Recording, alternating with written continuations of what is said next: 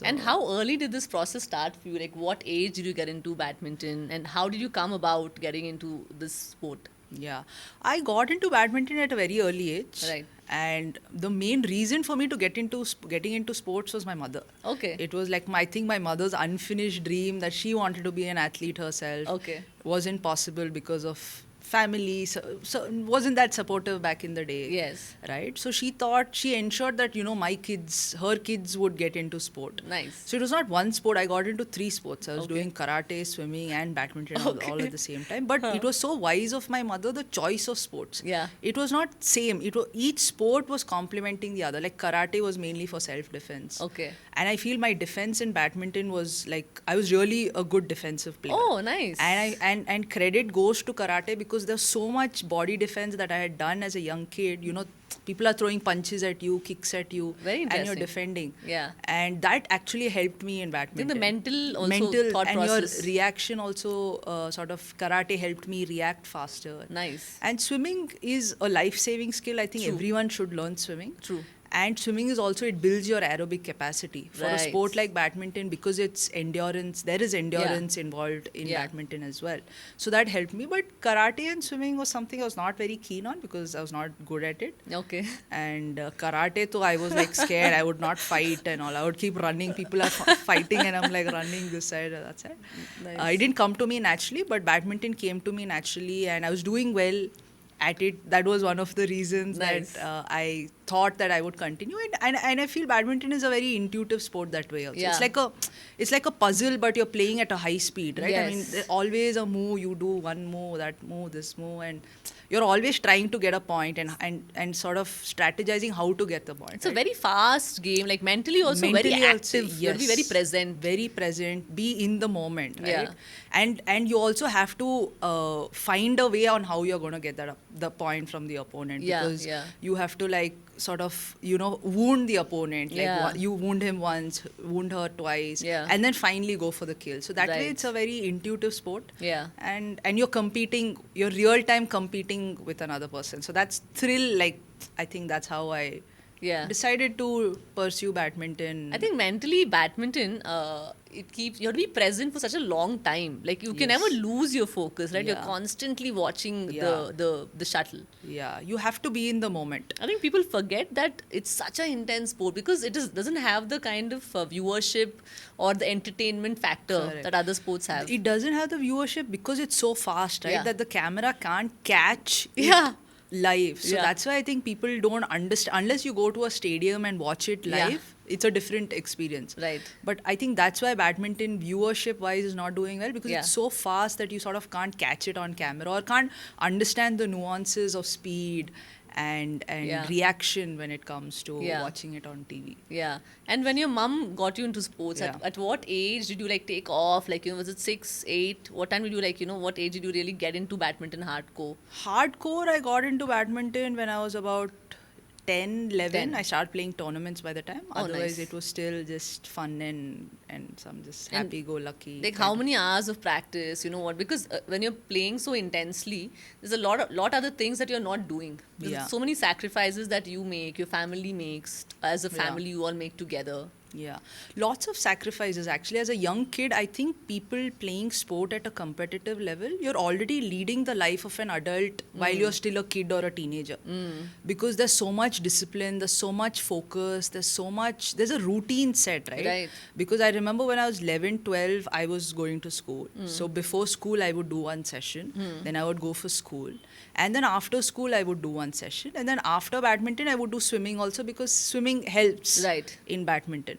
So I was literally training for like 4 to 5 hours when I was about 10 or 11 years old. Yeah. And that is the amount of sacrifice I did. I was waking up like, say, at 5 o'clock in the morning. Yeah.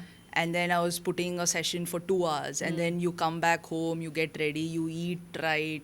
And then you get ready, you go to school. Yeah. And school, again, you're not resting, right? You're, again, Yeah. focusing on studies. There's so much homework, this and that happens. Then again, I was coming back home. Again, have a quick snack, get ready. And again, go for another session. Education was full time. There was no Education was cutting full-time corners. till 10th standard. Okay. till 10th standard, and I had a supportive school also. But Okay. of course, education took a backseat when I played for India at the first time when I was about 15 years old. Like according to you, people Yeah. in sports, Yeah. kids today, youngsters, what should they do in terms of how to balance education and their training? Should they give time to both, balance both? Definitely, they should do both. Hmm. Education for an athlete is very, very important. Yeah. Because there is only like that 1% cream that, ends up making it big in sport. True, Like for a true. sport like badminton, people are only aware of a PV Sindhu or a Saina Nehwal for that matter, right? What about the others? There are so many million girls, boys playing the sport. What about them? Yeah, true. So the odds of making it big is very less. It's just that 1%. Not every other person is not making it really Yeah, big in absolutely, yeah. sport, right? So what do the other people do? What do they do? You have to have an education. Right. Because if you don't have an education, sadly you will not get a job as well. So having that education, having that strong foundation, at least being a graduate is very, very important. Yeah. And there are so many things. See, these days what's happening is parents, because they know that if you make it big, there's a lot of money in sport. Yeah.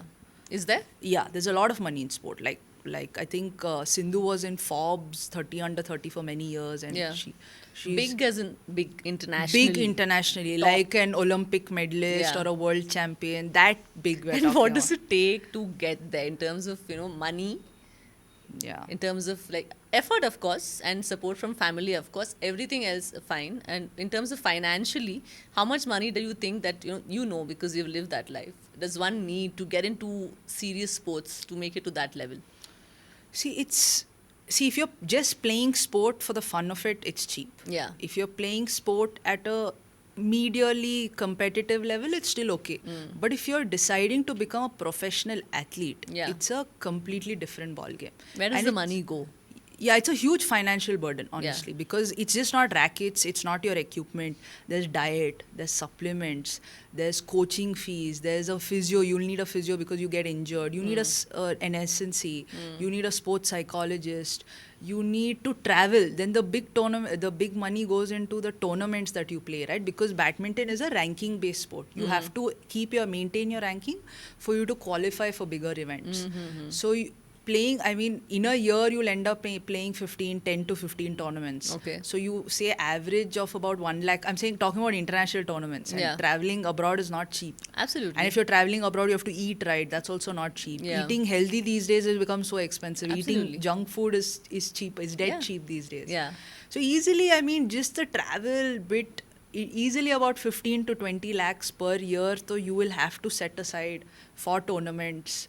And It's crazy. That's a lot of money. So that's why it's a huge financial burden for you as an athlete and on the family, because you can't do it without your family. Yeah, right? and I think also the family has to sign on to the Yes. investment in terms Yes. of mentally, physically, and Yes. that they know that you're going to go perform. Does it build performance pressure for you? Did it build for you? A lot, because every tournament I would go, I know my parents are giving me 2 lakhs for a tournament I'm going Yeah. to Europe. Yeah. And then if I'm going and losing in the first round or second round, and I'm like, oh shit, I'm thinking, oh shit, 2 lakhs is gone down the drain. Oh my God, yeah.